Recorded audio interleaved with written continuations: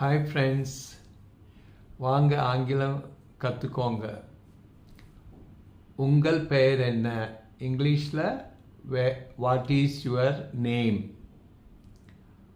உங்கள் வீடு எங்கே இருக்கு? Where is your house?